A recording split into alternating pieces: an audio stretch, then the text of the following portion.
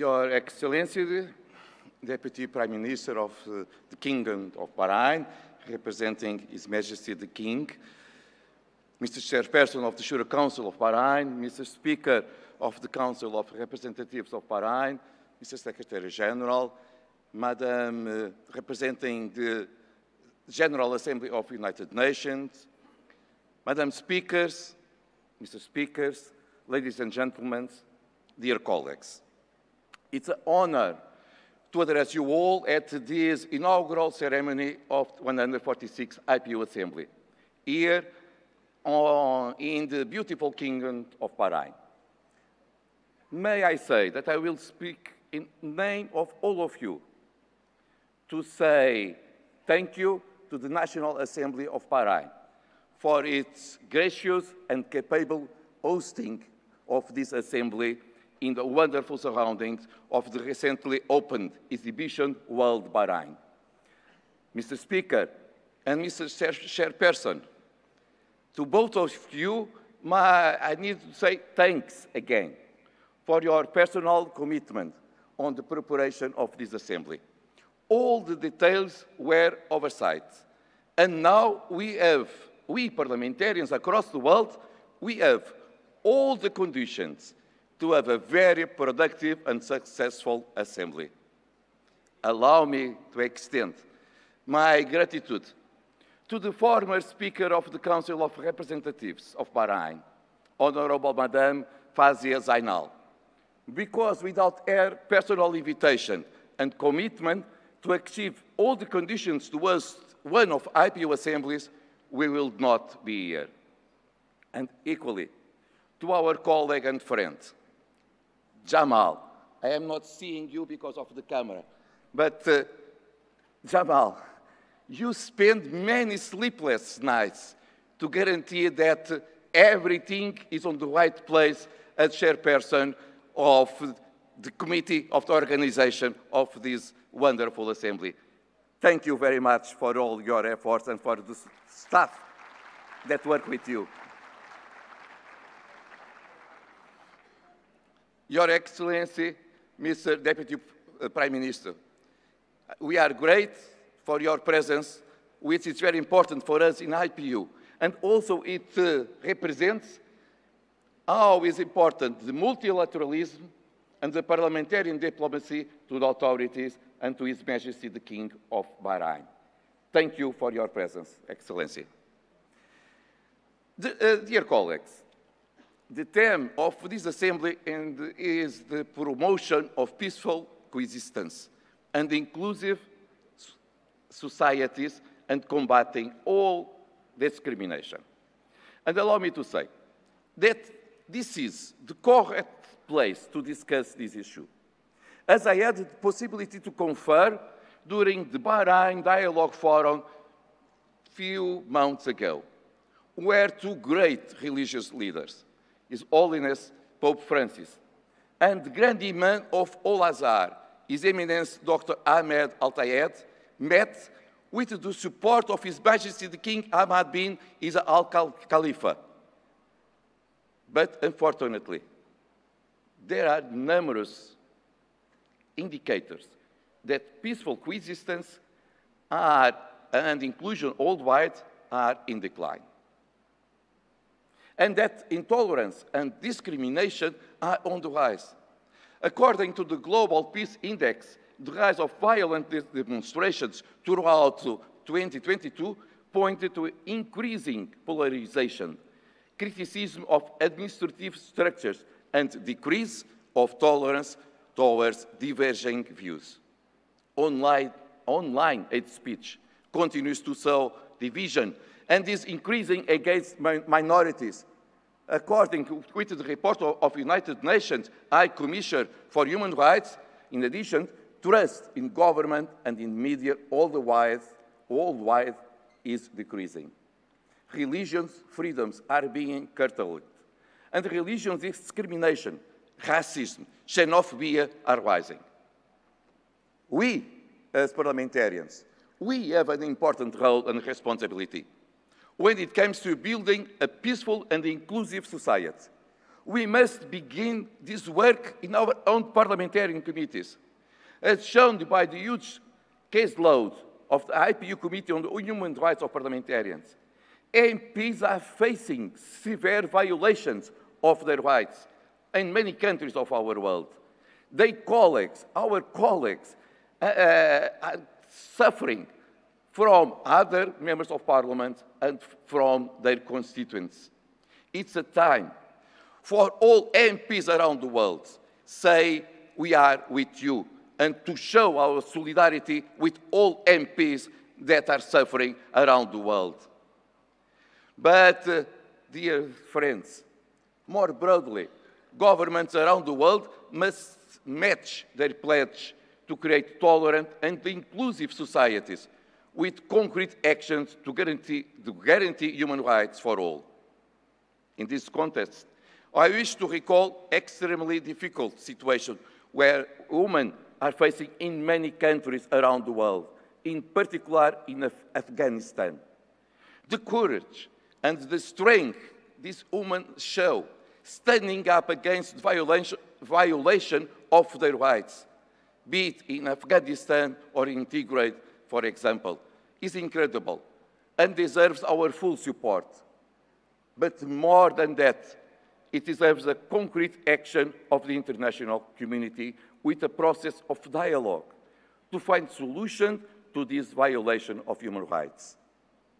Many of the problems we are facing today are painfully familiar. The war in Ukraine continues with signs of the further escalation and ever more severe global consequences.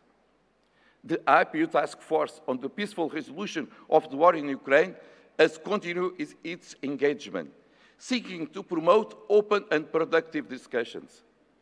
It hopes to find a route to bring parliamentarians from both sides around the same table. It was not possible until now. The IPU calls for a ceasefire didn't have a success. Our goal remains crystal clear. This war must end. This invasion must end. The international law must prevail. We should respect the full integrity of Ukraine. But, dear friends, we have other problems in our world. Combat against terrorism that affect many hours of our planet, but especially the countries of the Sahel region, where in 2022, more people died than in all other countries of the world. In just 4 countries, died more people than on the other more than 190 countries of our world. It is important that everyone helps these countries to fight their war on terrorism. Otherwise, the problem will increase and more people will die or abandon this critical zone. The combat on poverty needs to be addressed. The last report from the United Nations indicates that least developed countries increased during the last years. How may we accept it? More help from the richer countries to poorer countries is urgent. But also, governance improvement in these countries is in many cases essential in order to have a real combat to poverty. Also, very near from here, we have the conflict in Palestine, which is very far to come to an end. You know what is the position of IPU. IPU defends the two-state solution, Israel and Palestine. Both states have the right to live in a sustainable and safe environment. Israel needs to feel safe without terrorist attacks that kill innocent people. But Palestine needs also to be safe and without fear of attacks, and especially the Palestinians need to have a sustainable state. which is why we need to condemn the settlements policy of Israel.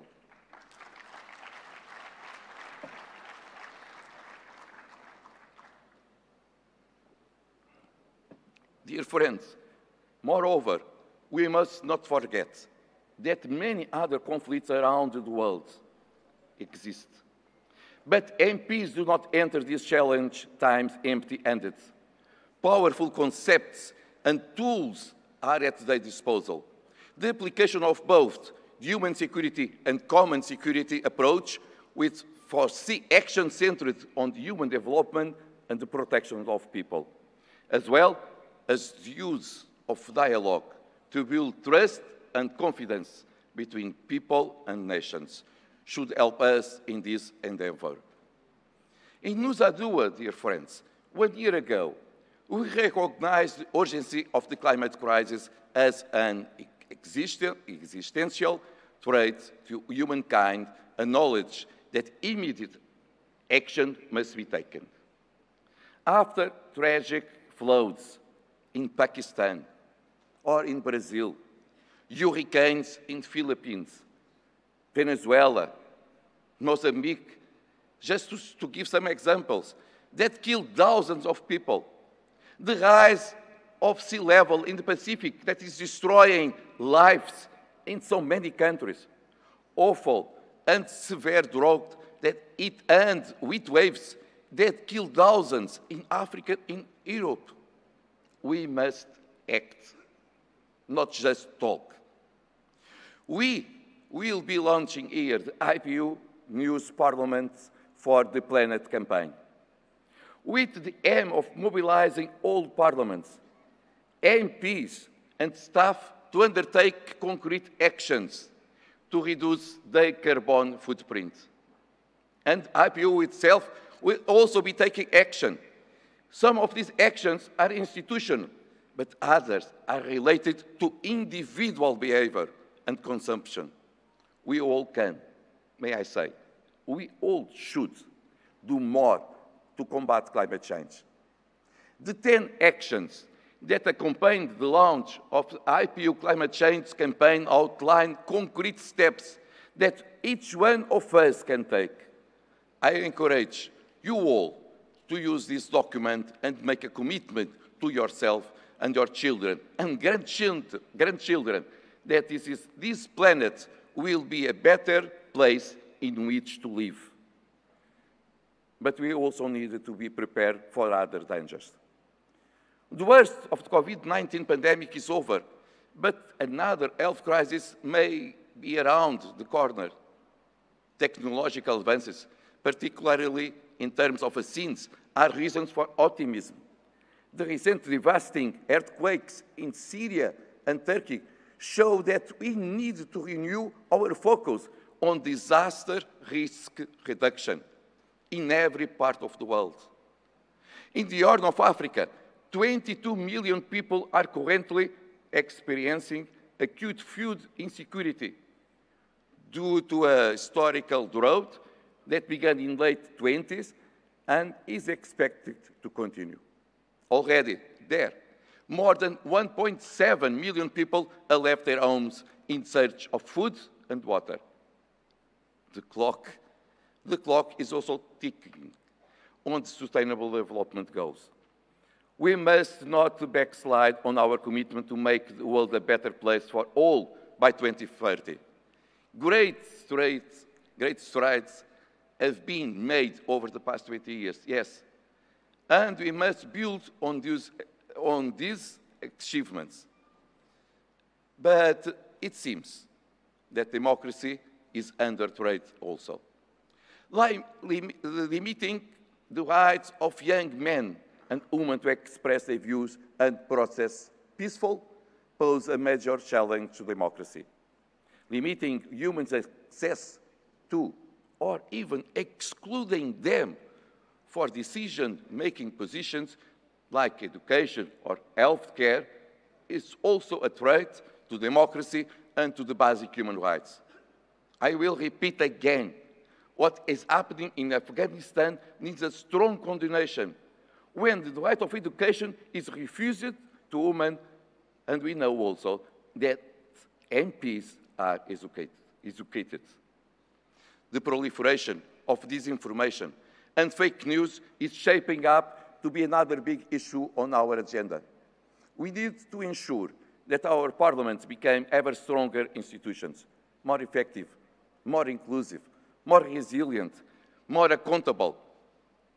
And that's why we are here, because IPU assemblies are a golden opportunity for us to learn from one another, to combine our strengths and address all the problems together. The IPU has worked in an intensive way for many years to encourage greater gender equality in parliaments.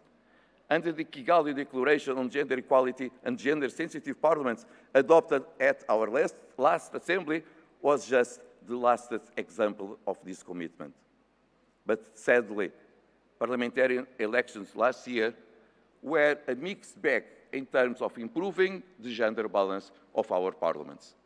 On the upside, we may say, for the first time ever in our history, not a single parliament is working without one woman elected or appointed. It's a good news.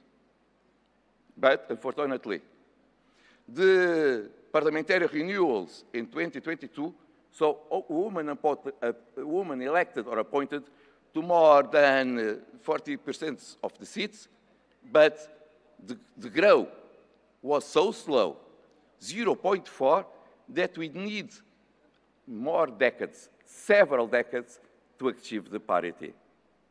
So we must redouble efforts to reach the goals we have set for our parliaments and our countries.